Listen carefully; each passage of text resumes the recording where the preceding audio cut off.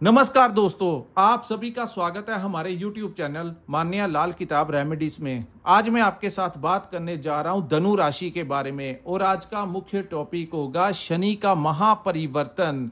जी हां, 29 मार्च 2025 को शनि अपनी कुंभ राशि को छोड़कर मीन राशि में प्रवेश कर जाएंगे और इस गोचर का कैसा प्रभाव धनु राशि के जातकों के ऊपर होगा।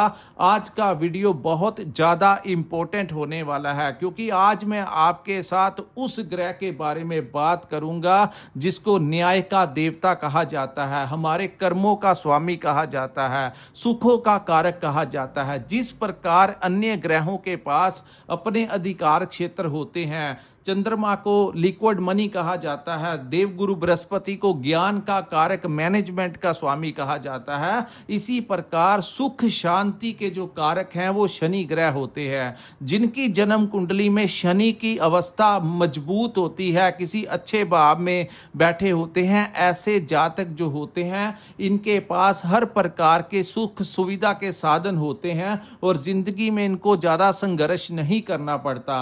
लेकिन यही शनि अगर किसी के खराब भाव में जन्म स्थान के ऊपर बैठे हैं तो वहां पर ऐसे जातक को अपनी रोजी रोटी के लिए, रोजगार के लिए सारी जिंदगी आपको कठिन मेहनत करनी पड़ती है। तो एक ऐसा ग्रह जो कुंभ राशि को छोड़कर मीन राशि में गोचर करेगा और धनु राशि आपके जीवन के ऊपर इसका क्या प्रभाव होगा, दोस्तों ये समझने वाली बात है। अन्य राशियों की तुलना में दो ही ऐसी राशि हैं जो किसी का दबाव नहीं झेलती। यानी धनु राशि जो है ये एक ऐसी राशि है कि ये अपने काम के प्रति इतने ऑनेस्ट होते हैं और इतने ज़्यादा इनका दिमाग होता है क्योंकि ये गुरु की राशि है। तो आपके अंदर मैनेजमेंट के बहुत ही अच्छे स्किल्स होते हैं।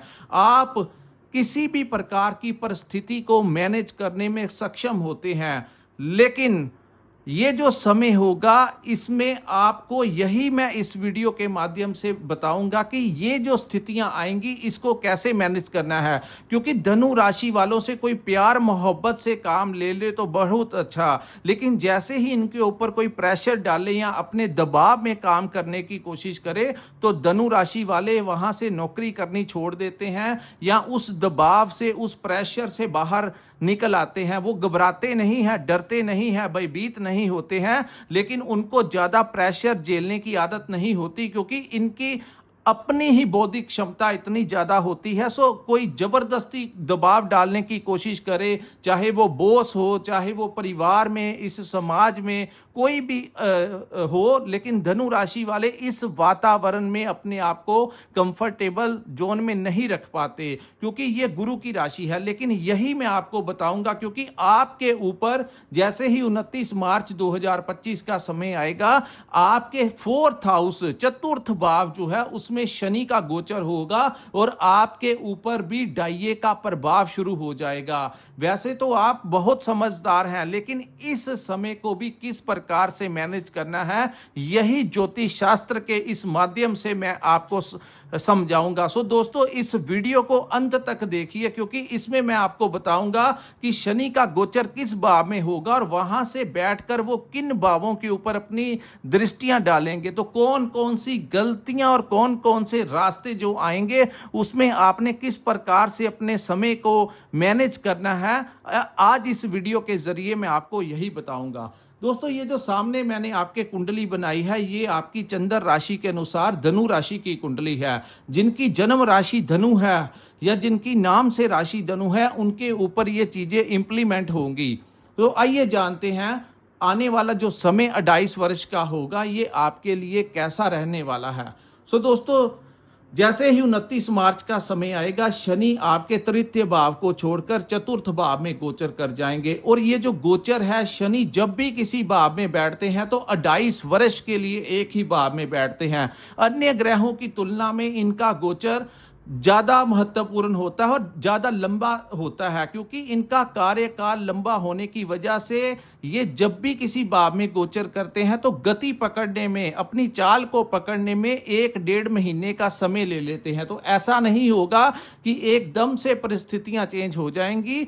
परिस्थितियां चेंज होने में 1 से 1.5 महीना लग जाएगा और उससे आपको एक बहुत ज्यादा फायदा ये होगा कि आपके छठे भाव को छोड़कर आपकी राशि के स्वामी आपके सप्तम भाव में आ जाएंगे। तो ये सबसे बड़ी सपोर्ट धनु राशि वालों को इस आने वाले कार्यकाल में आप ही के राशि के स्वामी देवगुरु बृहस्पति की होने वाली है। लेकिन आज का ये जो टॉपिक है ये शनि के ऊपर है, तो आज मैं बताऊंगा शनि क्या करेंगे। दोस्तों, जो 4th हाउस होता है ये हमारी माता का भाव होता है।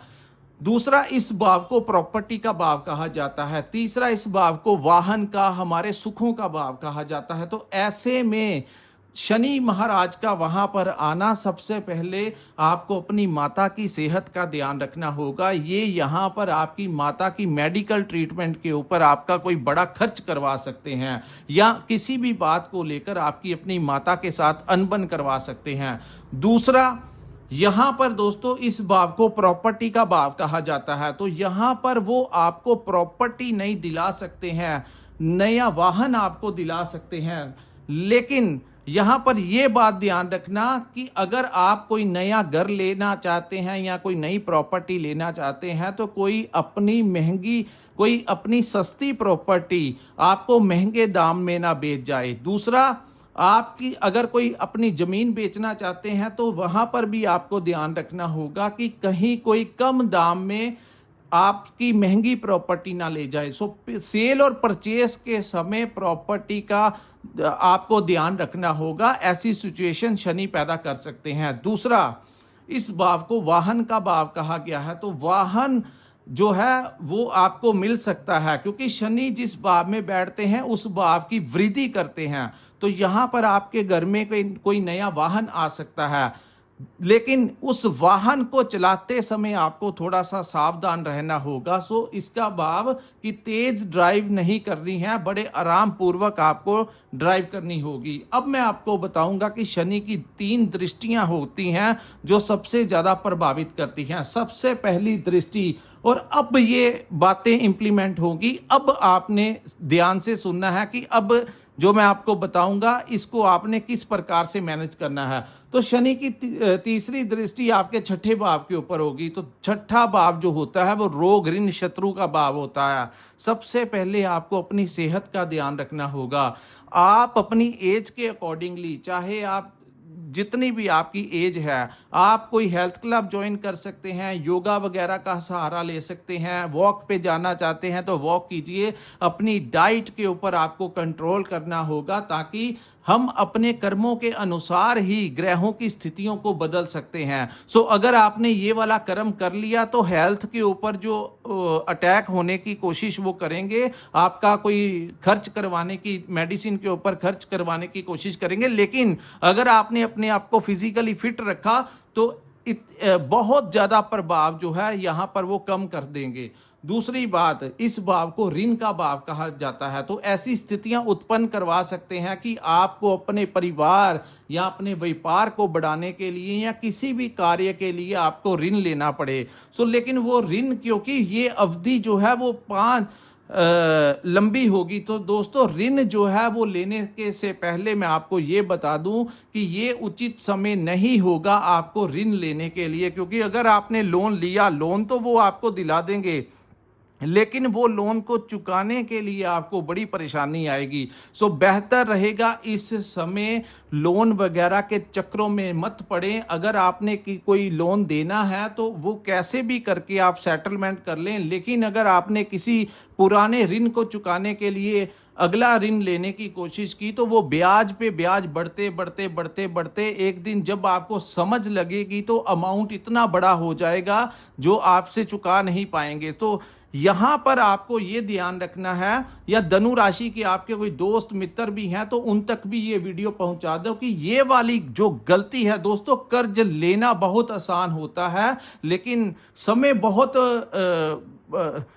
सरकमस्टेंसेस ऐसे बना देता है। तो अगर आपने कर्ज लेने की कोशिश की, कोई बड़ा अमाउंट लेने की कोशिश की, तो ये सोच लेना आपकी इसको चुकाने के लिए आपको बहुत वर्ष लग जाएंगे। सोच समझकर आपको ये स्टेप लेना होगा। तीसरा, इस भाव को हमारे कंपटीशन का भाव कहा जाता है। तो दोस्तों कंपटीशन जो है उसमें आपको थोड़ी सी दिक्कत ये आएगी कि अगर आप व्यापार करते हैं वहां पर भी आपके शत्रु उत्पन्न हो सकते हैं जो आपसे जेलसी की भावना रखें। अगर आप कहीं पर नौकरी करते हैं वहां पर भी आपके बॉस या आपके जो कोलीग्स होंगे कुछ ना कुछ आपके साथ ऐसा डिस्क्रिमिनेशन या कुछ भी आप लगा लीजिए, ऐसा प्रेशर आपके ऊपर बनाने की कोशिश करेंगे जिससे आपको ऐसा लगेगा कि मैं यहां से नौकरी छोड़ के कहीं दूसरी जगह पे चला जाऊं। लेकिन आपको ये ध्यान रखना होगा कि अगर आप किसी दूसरी जगह पर नौकरी करना चाहते हैं तो जब तक आपको दूसरी जगह से अपॉइंटमेंट लेटर नहीं मिल जाता, ऑफिशियली आपको ज्वाइनिंग नहीं हो जाती, तब तक आपको उस जॉब को क्विट नहीं करना होगा। अन्यथा ऐसा ना हो कि ना ये रहे ना वो रहे। तो इन चीज़ों का आपको बड़ा ध्यान रख के आगे बढ़ना होगा। किसी विवाद के चक्कर में मत जाना, अन्यथा कोर्ट केस लगने के भी चांसेस बन जाएंगे। सो ऐसी स्थितियां, कोई आपको लड़ाई झगड़े के लिए उकसाने की कोशिश करे, कुछ भी ऐसा प्रेशर बनाने की कोशिश करे, तो आपको नहीं खोना है। बड़ा पेशेंस रखकर ये समय आपको निकालना होगा, क्योंकि यहां पर जो दृष्टि है इस भाव से शत्रु जो हैं वो आपके ऊपर हैवी होने की कोशिश करेंगे। तो शत्रु जो हमें मानसिक तनाव देते हैं, मानसिक परेशानी देते हैं, ये शत्रु रोग भी हो सकता है, ये शत्रु हमारा लोन भी हो सकता है, और ये शत्रु फिजिकली जो हमें परेशान करते हैं, और कोर्ट कचहरी जो होती है ये भी किसी ना किसी रूप में इंसान को तनाव देती है। तो ये भी शत्रु की संख्या में ही आते हैं। तो ऐसी सिचुएशन क्रिएट मत होने देना कि आप इन चीज़ों में आने वाले समय में उलझ के रह जाएं। तो जितना हो सके अपने आप को कूल डाउन रखना। एक्शन का रिएक्शन करने का ये उचित समय नहीं होगा। अब मैं आपको बताऊंगा शनि की दूसरी दृष्टि जो है, सप्तम दृष्टि आपके कर्म भाव के ऊपर पड़ेगी। कर्म भाव जो कि हमारे व्यापार का भाव, कर्म भाव जो कि हमारे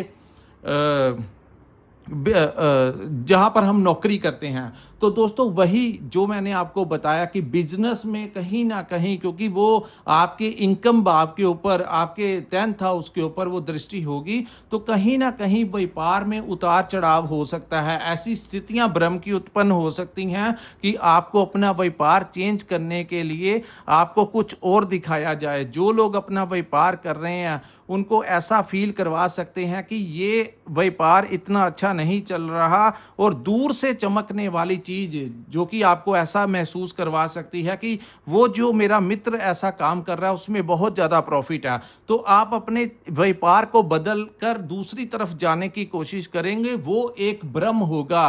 दोस्तों दूर से हर चीज हमें चमकनी दिखने वाली हमेशा खूबसूरत नहीं होती या फायदेमंद नहीं होती। इतिहास इसका गवाह है कि जो चीज ज्यादा दूर से अच्छी दिखाई देती है वो कम जब हम उसके नजदीक पहुंचते हैं तो वो एक इल्यूजन ही होता है, एक हमारा भ्रम ही होता है। तो ऐसी भ्रम की स्थितियों में आकर कोई बहुत बड़ा इन्वेस्टमेंट किसी दूसरे बिजनेस में करने के लिए ये समय उचित नहीं होगा। और दूसरी बात, जैसा कि मैंने आपको बताया, अगर जहां पर आप नौकरी करते हैं वहां पर खास करके गवर्नमेंट एम्प्लॉयज जो सरकारी नौकरी करते हैं, अगर वहां पर आपको कोई रिश्वत देने की कोशिश करे या गलत काम करवाने के लिए आपको उकसाए, तो वो एक आपके लिए ट्रैक होगा। पैसा आता जाता रहता है लेकिन सालों साल लग जाते हैं अपनी रेपुटेशन बनाने में। आपकी एक की हुई गलती जो होगी वो कहीं ना कहीं आपको बहुत पीछे कर देगी, आपकी रेपुटेशन जो है वो खराब करवा सकती है। कुछ ना कुछ ऐसा करवाने के